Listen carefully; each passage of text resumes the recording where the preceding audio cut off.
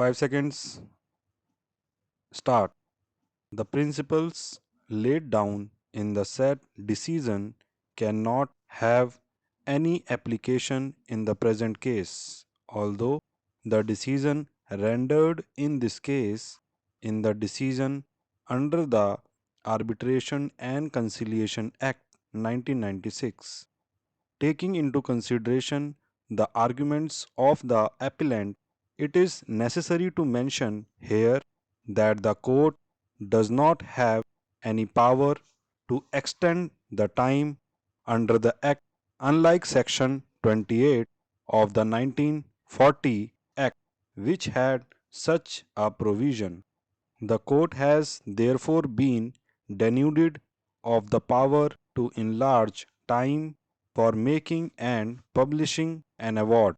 It is true that apparently there is no provision under the Act for the court to fix a time limit for the conclusion of an arbitration proceeding, but the court can opt to do so in the exercise of its inherent power on the application of either party.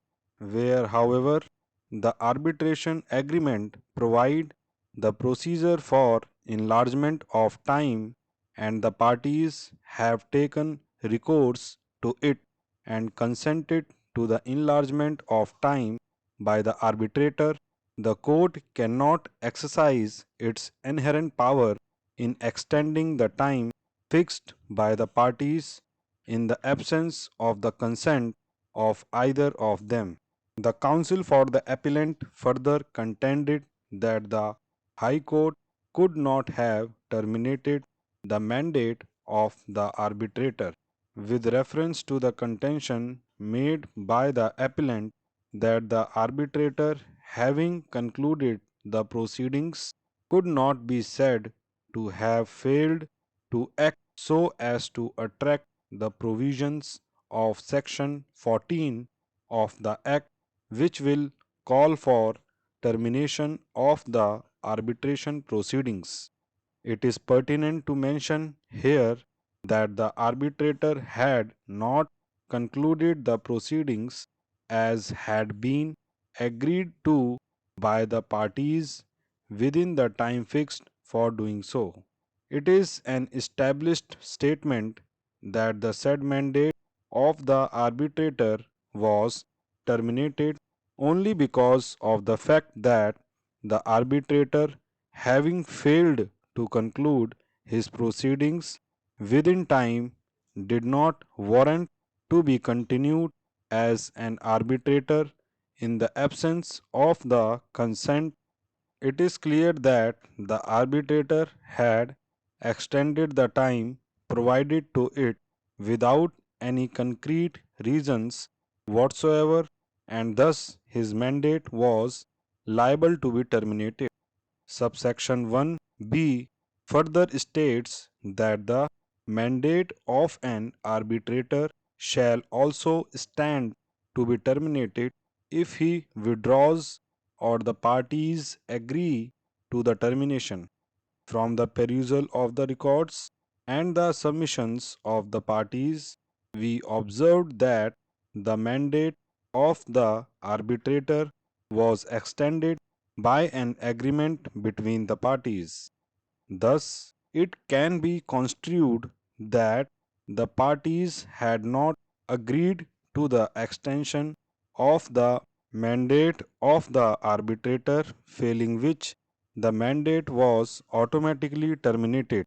However, the contention of the appellant that the High Court had erred in not allowing the appellant to decide upon the appointment of an arbitrator pursuant to subsection 2 of section 15 of the Act must be accepted.